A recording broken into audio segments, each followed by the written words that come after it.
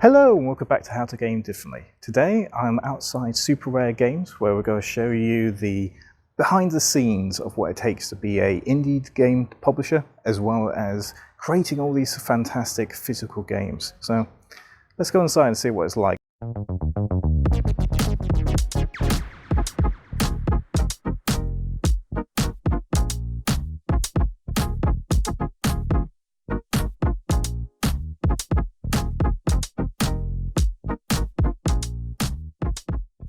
So I'm George Perkins. I'm CEO of Super Rare. I really hate that title. I've always felt like it feels really corporate, and I feel like the term CEO comes with like negative connotations usually. So I generally go by head of doing things, which for me just feels a bit more like fitting of who I am, my personality, and just what I do.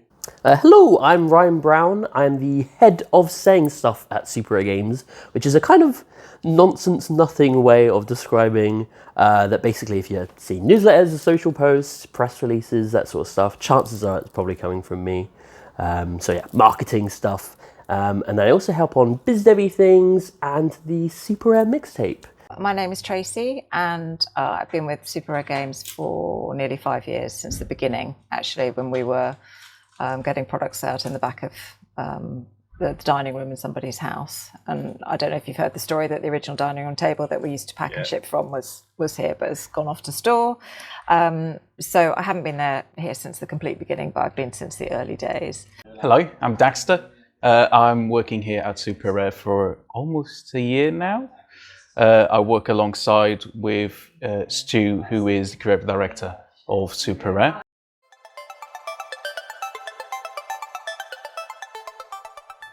So Super Rare started when I was working at a porting studio, which is basically a company that helps bring games that were on Steam and helping them bring them to Nintendo Switch, but also PlayStation 4 and also Xbox One at the time as well.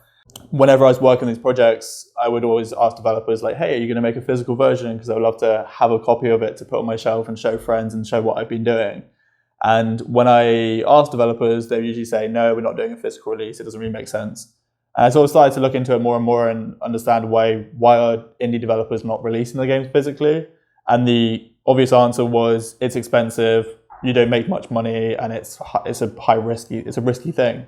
Because if you don't sell the copies, then you've got all of the stock there. It's less of a market. We live in a world getting more digital by the day. So when I was chatting to them, it kind of became clear that actually they weren't going to do it. And at that time, I was very inspired by skateboard brands, like skateboard clothing brands. I was always obsessed by the fact that companies like Supreme or Palace make a t-shirt, sell it for £30, and it would sell out instantly. And then you can never get it ever again. And I was always really obsessed with that sort of like branding model and that sort of creating exclusivity in something. But also I was always obsessed by why was I obsessed with it? Like, why did I care about this? Why did I suddenly have interest in owning this t-shirt? I was also really obsessed with Yu-Gi-Oh!, which is obviously like a trading card game and that sort of, idea of collecting things and that being really enjoyable. So when thinking about actually, I really want to own these games I've been working on, these games I really care about physically, but the business model here clearly doesn't work. And at the time, sort of Limited Run were sort of really big in the PlayStation scene. They hadn't released on Nintendo Switch yet. So the idea was, hey, let's take all these kind of findings and understandings, let's work on the games that I'm already working on. And then, let's do physicals of them. But basically, it is a physical collection of generally 30 games, 6 to 10 demos on a physical compilation. Comes on a tape cassette shaped USB in a nice box with a toasty little manual that has a page describing each game on the volume. It was a complete utter passion project, which I think speaks for a lot about what we do here. Like, we're not this big stuffy corporate company with strange people in business suits like controlling what it is that we do. It literally was as simple as I'd mentioned to George once. I've wanted to do this for many years, support like grassroots, small indie games that never get seen, never get physical releases, and put it on this compilation thing. And it was as simple as George being like, oh, okay, yeah, we should definitely do that. And it's literally that easy to get things done here, which is great.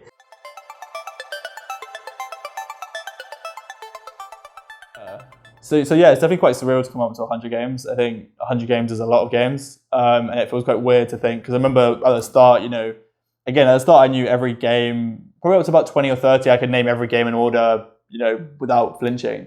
Whereas now it's like, if you ask me what 73 was, I would have no clue. But I think for me, it was always just like working on games that I really liked.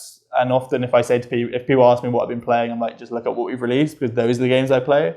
But yeah, it's been definitely surreal. I mean, obviously 100th game is a big milestone, so we obviously want to do something special for that. So we'll have probably a very nice collector's edition of a really cool game. Can't say too much, but it'll definitely be really cool.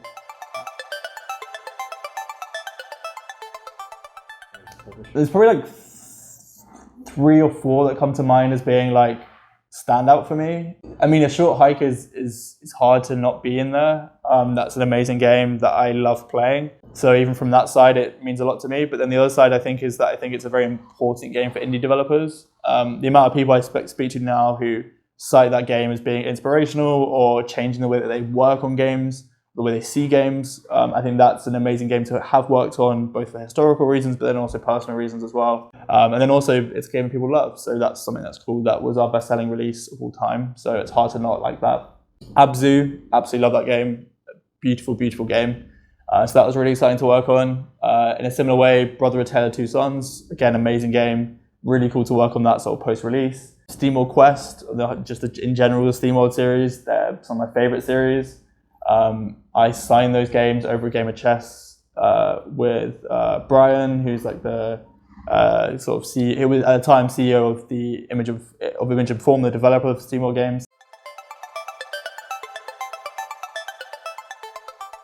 And at Super Rare, we're constantly working on the title sheets and all the physical releases, as well on the digital side of what we do here. So for example, for our physical releases, we do the title sheets, we do the cut labels on the cartridges of the Switch games, we do the manuals, the stickers, the trading cards, and everything that comes into the little special package that we make for each game. For title sheets and for everything really, we're constantly talking with the developers, and most of the times they're the ones who bring in the artwork to us and saying, hey, we got this really cool idea of how we want it to look, and we can chat about it. So for example, something like tabs, we mainly focus on the quirkiness and the fun that comes from playing in all these, although we can't portray the animation as much as we can on video and during the gameplay. Our objective is to portray the game as much as as high fidelity as much as possible.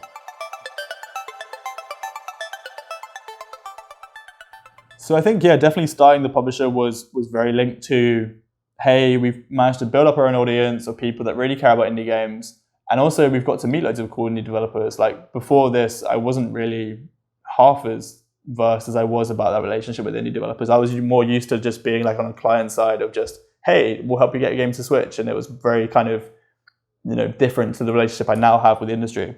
But for us, it was basically just like there was cool projects that we wanted to help with. And with doing physical releases, it always felt like just the cherry on top, where the game's already been released, it's already gone through the hardship. And actually, we want to help someone get through that hardship, and we want to help someone get to the point where they can release a game, and we want to just feel part of that journey with them. So I think it was largely linked with that, and wanting to be A, more creatively stimulated by the work we're doing, but then B, just be able to help more.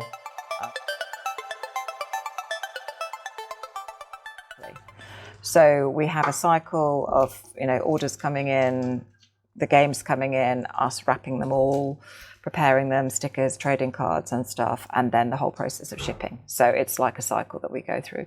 In terms of challenges, it's normally things like transport, where the games perhaps are delayed, or the joy of the postal service has had a huge impact on us as well. So our number one priority is to make sure that the customer gets the product as quickly as possible.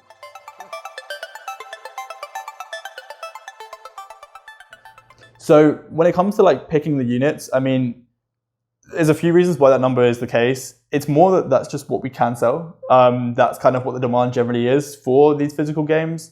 It's a bit smaller now than it was maybe a couple of years ago, but generally speaking, 3,000 to 7,000, probably almost any indie game will fall into that region in terms of the demand for a physical version of that game. But then also, again, for the actual team as well, to actually store that many copies, to purchase that many copies and the cost of that, You know, it kind of also is the correct amount as well for what we are capable of. So it kind of is just naturally speaking the most sensible amount of copies to do.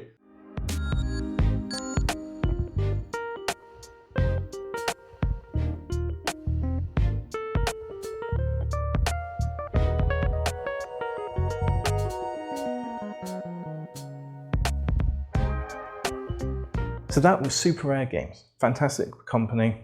All the details will be in the description box on their website to the social. So if you want to check out any of the games that they're selling physically, or even games that they're publishing, details will be in the description box for that. And big thank you to George for allowing me to come down and do some filming and meeting the team. So if you enjoy this content, do look to subscribe to How to Game Differently and click on that notification bell so that YouTube can alert you that there's a brand new episode of How to Game Differently. And I will speak to you soon. Goodbye.